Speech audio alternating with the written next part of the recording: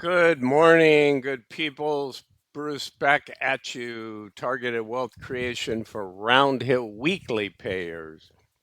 Not their 10 single stocks, right? These are the index, the S&P, the NASDAQ, triple Qs, and the Russell. And the Russell is up a little bit compared to slight down for the S&P 500 and the Qs. So let's jump in.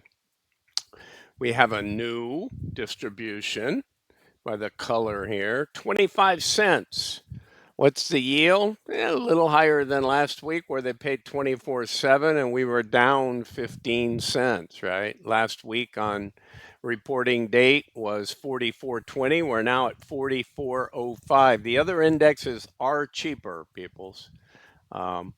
So close to a 30% yield. Nothing to sneeze at, but remember, that's only part of the game. What's the NAV gain or loss? Add that together with your true yield and you have your true total return. All right, guys, let's keep going. So a lot of days. We got 400 days here. Nice track record Roundhill has built up. And I love what they're doing with their weekly pairs with the leverage. Okay, 7-8. Qdte. Triple Qs, NASDAQ 100. As a reminder, declares today you have to buy. Well, actually, we're already 7-9, aren't we? So pay date is this? Let me double check out on the site. Every time I do these and think I know, the last thing I want to do is tell somebody something that's not accurate.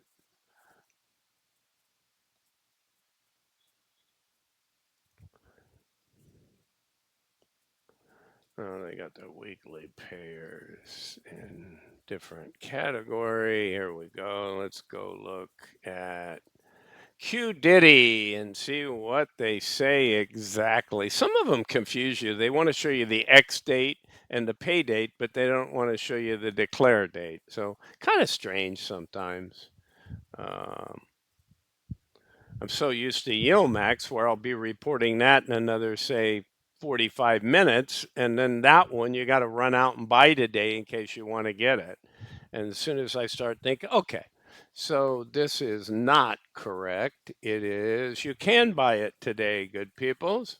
9, 10, and 11.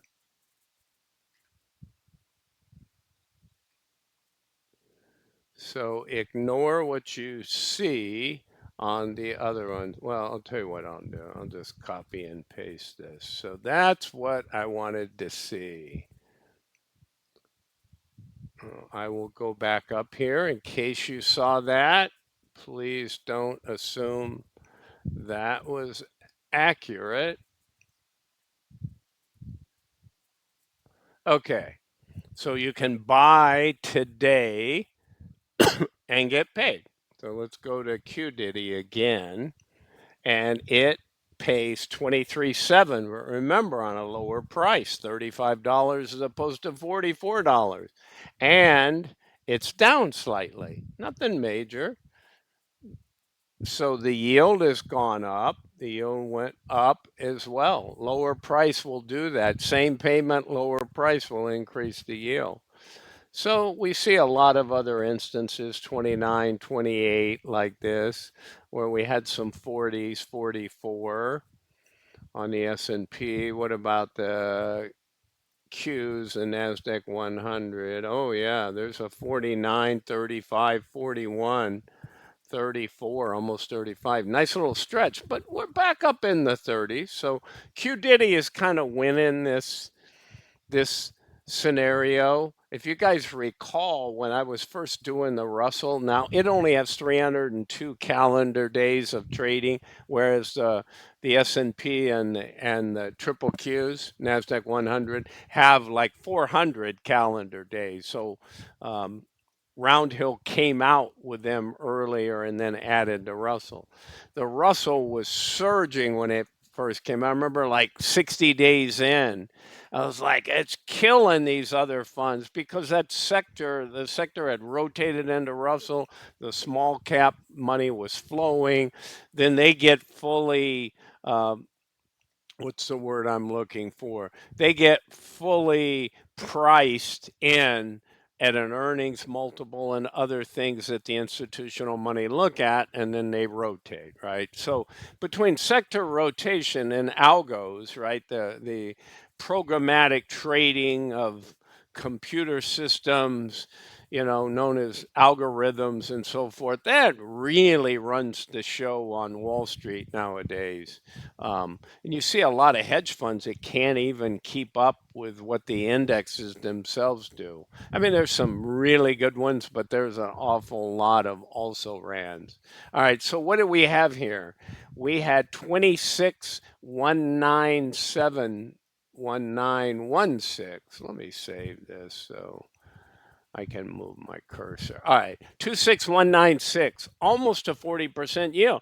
So now this is yielding, this is not dropping. But unfortunately for the Russell, they had such a poor period. But that's why a lot of the things I start to do, I try and pick up on trends. If you didn't see my video on AMD, AMD, in my opinion, has turned the corner. It's moved up. It probably will move up some more. I can't give you more than a 30, 60-day window, but I like where they are. I like what they're doing. If the AI momentum comes, the market doesn't sell off in tech, then they're well positioned, right, as a chip maker and a higher end chip maker with some AI functionality. Them, NVIDIA, and a lot of the semis. So Chippy is something that makes sense as well.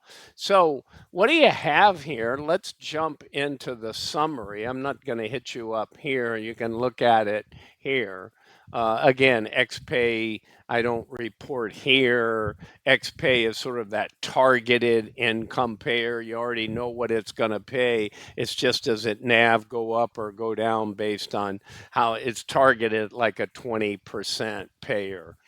And it has a different date. And note also that YITH and YBTC moved to a different day of the week as they both became weekly payers. So I did another video today. I think you guys may want to look at that. I put a lot of thought into it because people ask all the time. Again, it's not a big thing for me.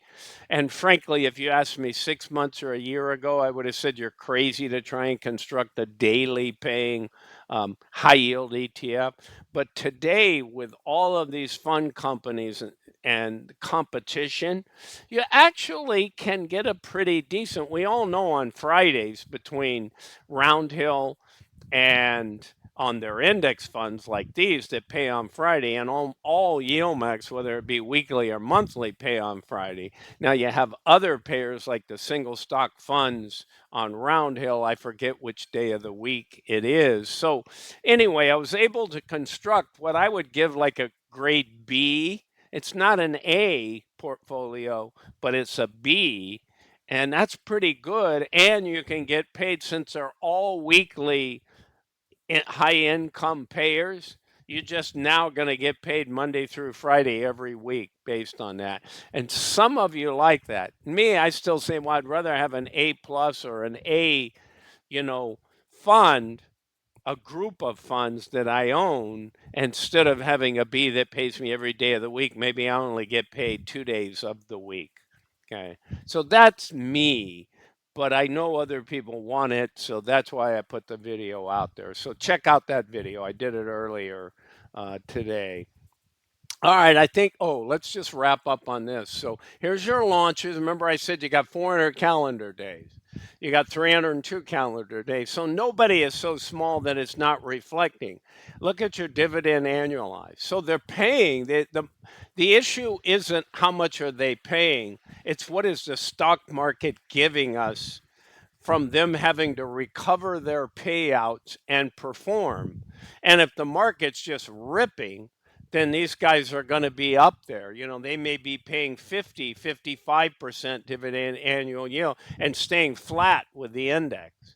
Rarely do they beat the index and pay all that. It just doesn't work that way. But in this case, their NAV's not so bad, but you're still, while at one point this used to yield the most, and that first 30 or 60 days are easy to influence. All you got to do is be up 10%, right? Because you're in that go-go period. These guys are up 10% also, but they've had a so-so market maybe the prior 5 months. So now all of a sudden you project out Rdte and it looks like a giant killer. And it's really come back. But I mean, it's come back down, but now it's stabilizing. I love when it moves up slightly and the other two don't. I see a little sector rotation. Is that going to keep up? Maybe. We're back near all-time highs on most indexes, so very possible that continues.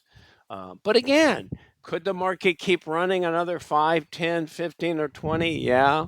But then you're at dangerous nosebleed levels, and then you can be pretty assured within a few months you'll get that 30 or 35% pullback that might be deeper than, say, a 15% that you might get just as a respite. Time to rest, time to relax. We all hate it. It's reality, people. All right, this is what I got for you. Pretty straightforward, pretty simple. Roundhill is excellent. They've pioneered this weekly kind of stuff. I might want to update this, Bruce. These are current, guys. These are close of business on not the inception price, but over here is a close of business on 7/8. All right, guys, that's what I got for you.